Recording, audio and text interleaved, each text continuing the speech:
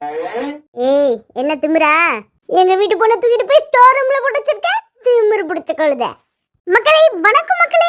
இதோ உட்கார்ந்துகிட்டு இருக்கா பாருங்க இந்த பொம்பளை. எங்க பார்த்தாலும் விடாதீங்க இந்த பொம்பளைய. கண்ணாடி மூஞ்சி முகரையெல்லாம் நல்ல பேத்த அனுப்பி விடுங்க.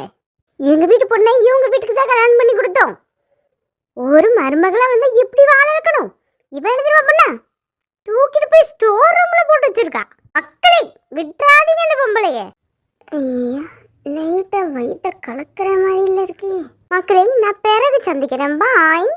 அவ்வளவுதான், உன் ஜோலி முடிஞ்சு போச்சு. எப்படி சின்ன பொண்ணு நல்லா மிரட்டிட்டேனே? சும்மாராதான் மிரட்டினீங்க, ரொம்பலாம் உன்னை மிரட்டல.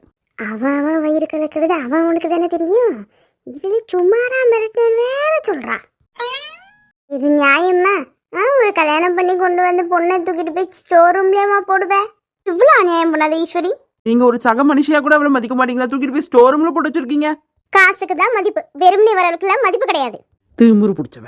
ரெஸ்ட் ரூம் எங்க இருக்குன்னு தெரியலையே.